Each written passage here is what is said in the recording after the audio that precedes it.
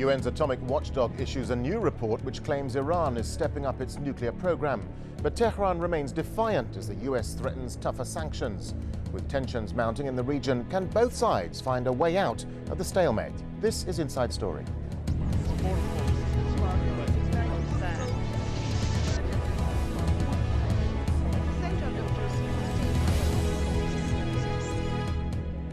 Hello, I'm Darren Jordan. Well, a defiant Iranian president vowed his country would not stop its nuclear program, saying it's close to achieving what he called its ultimate goals. He spoke a day after the International Atomic Energy Agency said in its latest report that Iran is pressing ahead with its nuclear program. So what does the report actually say?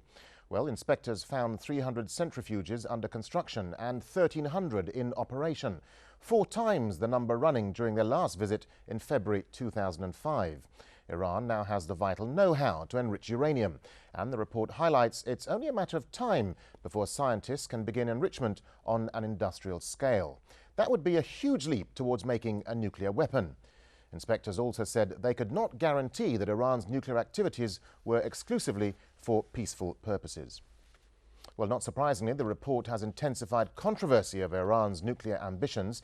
Tehran remains defiant and the West is threatening tougher sanctions. Meanwhile, the UN is calling for restraint in this already volatile part of the world. Our Tehran correspondent Ali Reza Ranagi reports. Iran's nuclear standoff with the West enters a new round. Another UN Security Council deadline expires without succeeding to have Iran suspend its nuclear program. While Iran and the West continue to stand their ground and remain defiant in their views, the UN Nuclear Agency chief suggests a possible third way of calming the tensions and overcoming the stalemate. IAEA chief Mohammad al-Baradei said today that the row over Iran's nuclear plans was an emerging threat. He urged the global community to engage Iran in comprehensive dialogue. I see a proliferation issue that is, deteriorating, that we are heading toward a confrontation, and I wanted to make it clear that people understand that they need to assess their strategy, do something about it so we can contain an emerging threat to a region that is, to say the least, is an absolute mess right now. He has made it clear that it is time to face the facts and try to stop Iran developing capacity to enrich uranium on an industrial scale, away from appropriate IAEA supervision. His comments have angered US officials, who say that they will continue to demand total suspension or tougher sanctions. This has been endorsed by the EU officials, including French President Nicolas Sarkozy. Iran and the EU will hold another round of talks soon, and Iran's top nuclear negotiator Ali Larijani has said those talks may lead to a solution to Iran's nuclear impasse. But Iranian President Mahmoud Ahmadinejad sounded defiant when he held a speech in Iran's central city of Isfahan, also home to one of Iran's main nuclear facilities. Our nation now is a nation that owns industrial-scale nuclear technology. It has a clear path ahead of it and will never retreat even one step. Iran's nuclear achievements will definitely give the country an upper hand in any future negotiations. Iran's obedience to the international calls to stop its nuclear activities seem to be more unlikely than ever. Well, we're joined now by our guests from London, John Large, an independent nuclear consultant, and Abbas Edalat, founder of the Campaign Against Sanctions and Military Intervention in Iran. And from Washington, Dr. Trita Parsi, president of the National Iranian-American Council. Gentlemen, thank you very much for joining us on the program. Abbas Edalat in London, let me start with you, if I may. This report says Iran has significantly stepped up its nuclear enrichment. Does Iran have a nuclear weapons program in your estimation? Well, in Iran, there is a religious decree fatwa by Ayatollah Khamenei, who is the highest authority in land, against the production, stockpiling, and use of nuclear weapons, all of which have been declared un-Islamic. Iran has repeatedly renounced the use of nuclear weapons, has championed the cause of a nuclear weapons-free Middle East, in which only Israel has got a massive arsenal of nuclear warheads.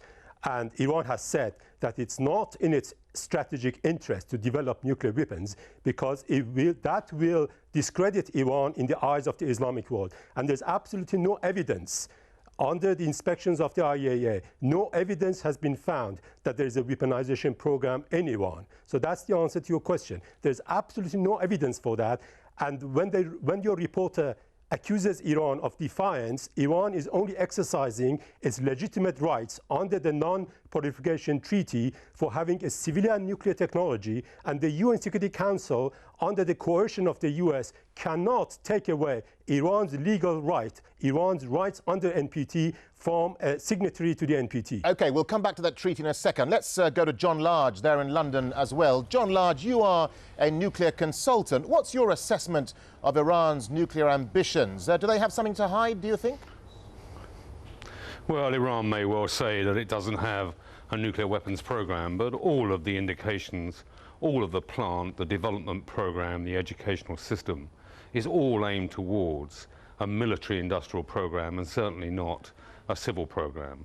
I mean, the facts of the matter are this, that Iran doesn't yet have an operational civil nuclear power reactor. So for it to develop nuclear fuel enrichment programs for that reactor that's still going to come online, when in the world there's a surplus of enrichment capability, certainly defies belief. No, there's no doubt whatsoever that Iran has a strong and coherent program to develop nuclear weapons. Let me just stay with you for a second, John Large. I mean, if Iran did decide to go that route, what's the timetable involved? How long would it take before they could have a nuclear weapon? Well, what's so interesting about the Iranian program is it clearly has the uranium enrichment route, but it also has a second strand, which is the plutonium route. There are effectively two ways of manufacturing a nuclear weapon. One is via enriched uranium, the other one by plutonium. And it's it's unusual to see this in a developing country do this. So what it's clearly doing, it's covering its back in terms that if the enriched uranium route fails, then it has the plutonium route. In terms of timescales, on the enriched uranium route, probably about 4 to 5 years before it has sufficient centrifuge capacity to produce enough enriched uranium for a small arsenal of nuclear weapons, say up to 6 to 8 nuclear weapons. If it chooses the plutonium route, although it's slightly longer in getting there to the capacity, maybe 5 or 6 years, very quickly will it produce enough plutonium to actually manufacture that small arsenal.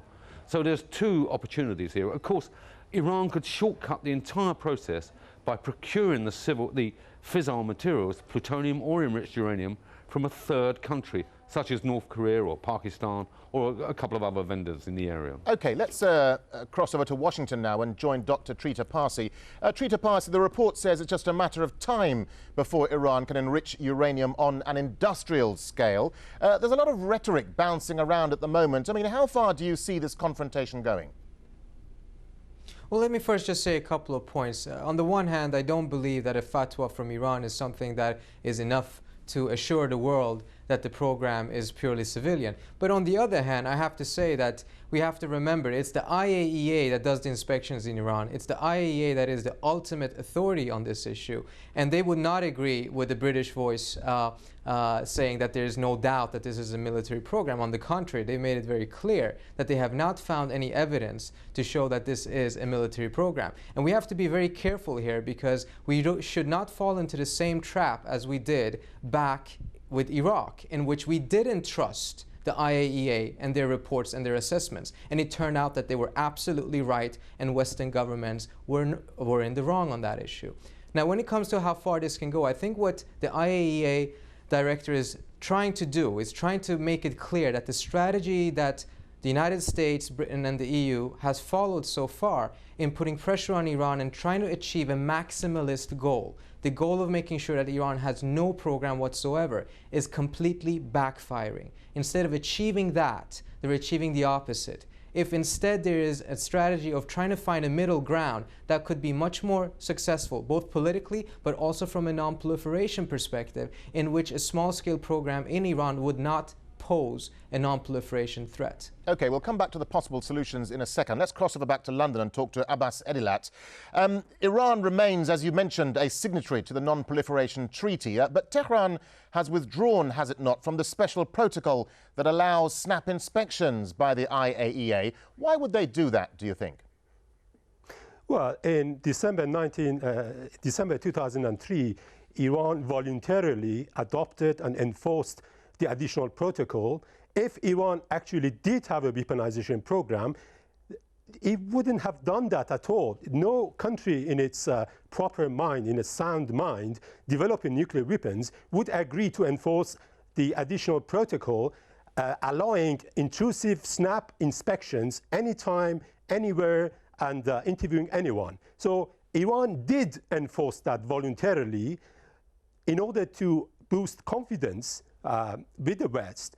But the European negotiators who were negotiating with Iran, because the backseat driver of the negotiations was actually the US, were not allowed by the US to recognize Iran's right for nuclear enrichment for a fuel cycle. So after suspending enrichment for almost 2 years, Iran got absolutely no concessions in return and decided that it's not in its interest to continue with the suspension of the enrichment, and it said that it's not going to enforce voluntarily the additional protocol unless its file, unless the Iranian nuclear file, which illegally and illegitimately was taken from the Governors Board of the IAEA to the UN Security Council, is returned to the Governors Board of the IAEA. Okay. It's not politicized, and in that case, Iran would again enforce the additional protocol, okay,